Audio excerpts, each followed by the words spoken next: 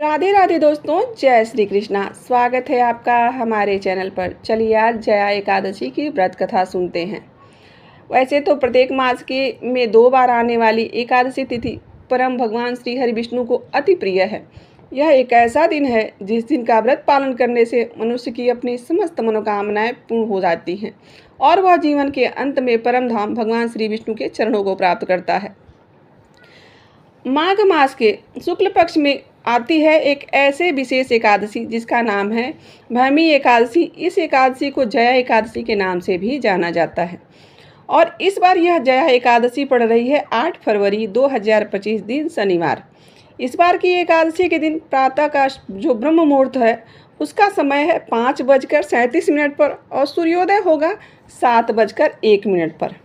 इस एकादशी का व्रत पारण करने का समय होगा अगले दिन यानी 9 फरवरी 2025 रविवार के दिन 7:01 से लेकर 10:52 के बीच में। इस बार की जो एकादशी है इसका पारण समय यानी कि इस दिन द्वादशी 12 द्वादशी भी आ रही है, जो कि भगवान बाराह देव का आविर्भाव दिवस माना जाता है, जब भगवान श्री हरि विष्णु ने इस पृथ्वी को बचाने के लिए और वेदों का उद्धार करने के लिए बाराह का रूप धारण किया था। तो चलिए अब जानते हैं जया एकादशी की व्रत कथा। एक समय सनत कुमारों ने भगवान शिव से कहा कि हे महादेव, एक दिन मैं धर्मराज से मिलने गया था। वहाँ उन्होंने बड़ी प्रसन्नता और भक्तिभाव के साथ मेरा सत्कार किया। तत्पश्चात उन्होंने मेरे बैठने के लिए सुखमय आसन प्रदान किया और उस समय मैंने वहाँ पर एक अद्भुत बात देखी।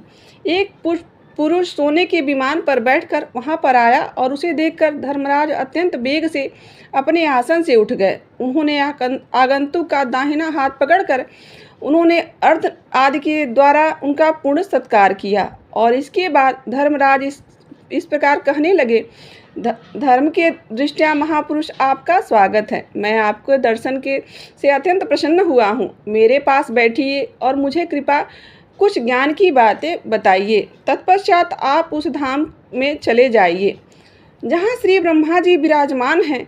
इस प्रकार धर्मराज के कहते ही एक दूसरा पुरुष फिर से उत्तम विमान पर बैठकर वहाँ आ पहुँचा।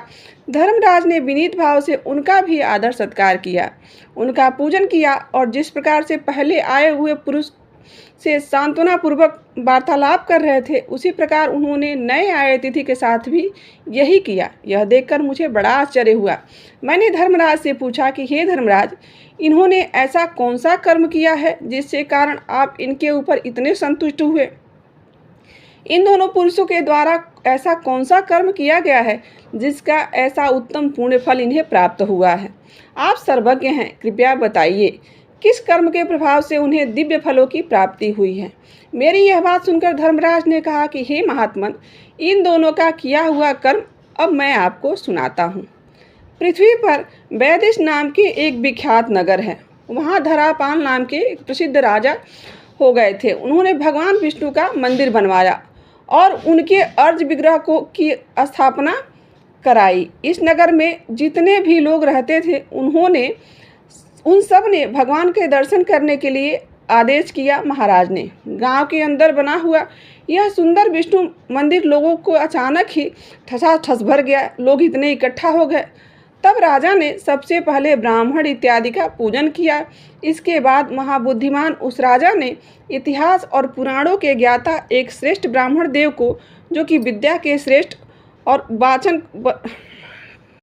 श्रेष्ठ और पारंगत थे, उन्हें वाचक बनाकर उनकी विशेष रूप से पूजा की। उसके बाद क्रमशः गंध पुष्प आदि उपचारों द्वारा उन्होंने पुस्तक का भी पूजन किया। तत्पश्चात राजा ने उस वाचक ब्राह्मण से विनय पूर्वक कहा कि हे द्विज श्रेष्ठ, मैंने जो यह भगवान विष्णु का मंदिर बनवाया है उसमें धर्म का श्रवण करने की इच्छा है। चारों वर्ण के समुदाय एकत्रित हुए, इसलिए कृपया करके आप इस पुस्तक का धार्मिक ग्रंथ का पठन कीजिए। इस समय यह 100 सुवर्ण मुद्राएं उत्तम जीविका के रूप में आप ग्रहण कर लीजिए। राजा ने उन्हें कुछ मुद्राएं दी और 1 वर्ष तक प्रतिदिन आप यहाँ पर कथा कहिएगा। जब 1 वर्ष समाप्त हो गया तो पुनः मैं आपको धन प्रदान करूँगा। राज कहते हैं कि हे मुनि श्रेष्ठ, इस प्रकार राजा का आदेश पाकर वह वह पुण्य कथा और वार्ता का श्रवण क्रम चालू हो गया। अनेकों वर्ष बीत गए और राजा की आयु धीरे धीरे क्षीण होने लगी। अंत में राजा की मृत्यु हो गई और उस समय मैंने और भगवान विष्णु ने भी उनके लिए एक विमान भेजा था और वही पुरुष सबसे पहले यहाँ पर आए थे। और यह जो दूसरे ब्राह्मण यहाँ पे आए थे, उन्होंने सत्संग के द्वारा उत्तम धर्म का यह श्रवण किया था। इन कथाओं का श्रवण करने से श्रद्धा के साथ उनके हृदय में परमात्मा की भक्ति का भी उदय हो गया था। हे मुनिश्रेष्ठ, उनके बाद उन्होंने उन महात्मा वाचक की परिक्रमा की थी और उन्हें एक मानसा सुवर्ण दान किया था। सुपात्र को दान करने से उन्हें इस प्रकार की फल की प्राप्ति हुई थी। इस कथा का समापन करते हुए महादेव जी ने कहा कि जो भी मनुष्य पुरुष इस पूर्ण प्रसंग का महात्म श्रवण करते हैं, उनकी किसी भी जन्म में कभी भी कोई दुर्गति नहीं होती है।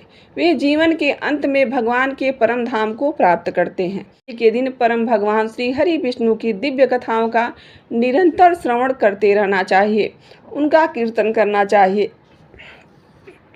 एकादशी का व्रत पूर्ण निष्ठा और श्रद्धा भाव से करने के बाद अगले दिन द्वादशी पर इस व्रत के निर्धारित समय के अंदर पारण करना चाहिए। निश्चित समय के अंदर अगर पारण ना किया जाए तो यह व्रत अधूरा माना जाता है।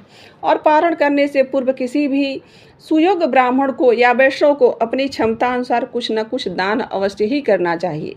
जिस प्रकार दान देने से और कथा श्रवण करने से राजा और ब्राह्मण को परम धाम की प्राप्ति हुई, उसी प्रकार एकादशी व्रत करके कथा का श्रवण करना और उचित समय में आने पर अपनी क्षमता अनुसार दान देना, इन दोनों कार्यों के द्वारा मनुष्य परम आध्यात्मिक वैकुंठ लोक को प्राप्त कर सकता है और उसमें कोई संदेह नहीं है। तो यह थी आज की एकादशी व्रत की सुंदर कथा। तो दोस्तों, यहाँ तक बने रहने के लिए आप सभी का दिल से आभार। आशा करते हैं कि आपको आज की कथा अवश्य ही अच्छी लगी होगी। वैसे तो हम अपने व्यस्ततम जीवन में इतने व्यस्त हैं कि किसी को किसी चीज़ की फुर्सत ही नहीं है, परंतु ऐसी आध्यात्मिक कथाएं जरूर सुननी चाहिए। इससे मानसिक चेतना शुद्ध बनती है और हमारा मन तथा ध्यान अधिक से अधिक परम भगवान के चरणों में लगता है और मन स्थिर रहता है। तो मिलते हैं किसी और कथा और कहानी के साथ। राधे राधे, जय श्री कृष्णा।